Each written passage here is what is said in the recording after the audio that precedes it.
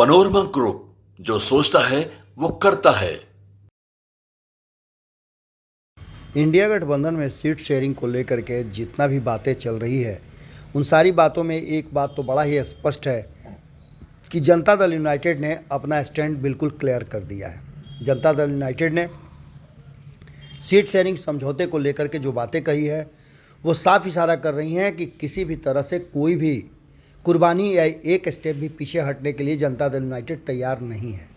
इन सारी बातों को लेकर के जिस तरह से इंडिया गठबंधन के तरफ से सीट शेयरिंग को लेकर के विभिन्न तरह की बातें आ रही हैं, कयास लगाए जा रहे हैं कि राष्ट्रीय जनता दल और कांग्रेस ने सीट शेयरिंग का समझौता कर लिया है और उस सीट शेयरिंग के समझौते को लेकर के कहीं ना कहीं जनता दल यूनाइटेड की नाराज़गी है। जब भी चर्चा हो रही है कि सीट घटाए जा सकते हैं जनता दल यूनाइटेड के, तो जनता दल के तरफ से तल्खियां सामने देखने को मिल रही हैं। 2019 में जिन 17 सीटों पे जनता दल यूनाइटेड चुनाव लड़ी थी, उन सीटों को छोड़ने के लिए किसी भी हाल में तैयार नहीं है।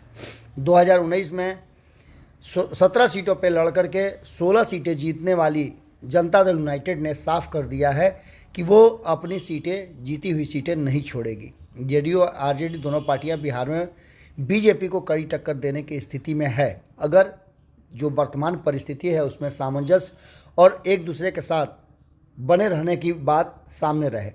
इन सारी बातों को लेकर के ये बात कहीं ना कहीं आरजेडी भी समझ रही है और लालू प्रसाद भी इस बात को समझ रहे हैं। इन सारी बातों को एक तरफ रखा जाए तो साफ तरीके से जिस तरह से संजय झा की बात कर लें या केसी त्यागी की बात कर लें, केसी त्यागी ने तो स्पष्ट शब्दों में कह दिया है कि जेडीयू इंडिया गठबंधन के संस्थापक पार्टी है, भाजपा की बढ़ी हुई तैयारी उन्हें चिंतित करती है।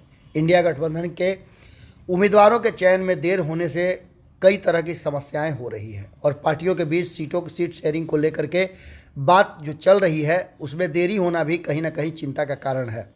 उन्होंने चिंता जाहिर करते हुए कहा है कि यह सही है कि जिन राज्यों में कांग्रेस सत्ता में है वहां पर ज़्यादा सीटों की डिमांड करे, लेकिन यह अव्यवहारिक होगा कि वह उन राज्यों में ज़्यादा सीटों की मांग करे जहां पर वह शक्तिशाली स्थिति में नहीं है।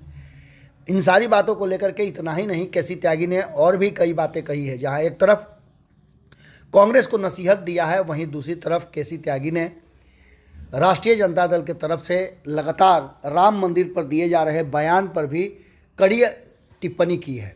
उन्होंने कहा है कि बिहार के शिक्षा मंत्री चंद्रशेखर की ओर से राम मंदिर पर जो विवादित टिप्पणी की जा रही है, यह ठीक नहीं है।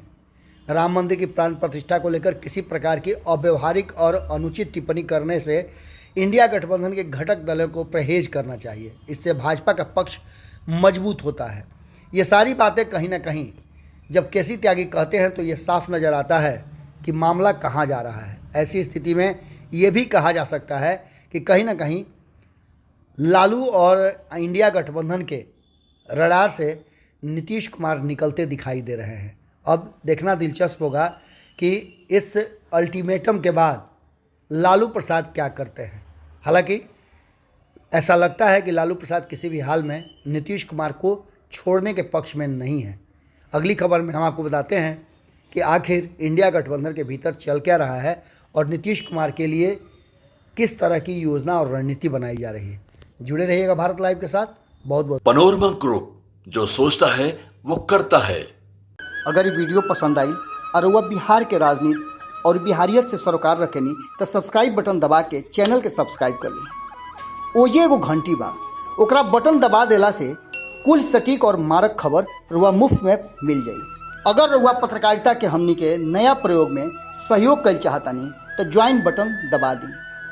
पेटीएम नंबर नोट कर ली 9386816700। धन्यवाद।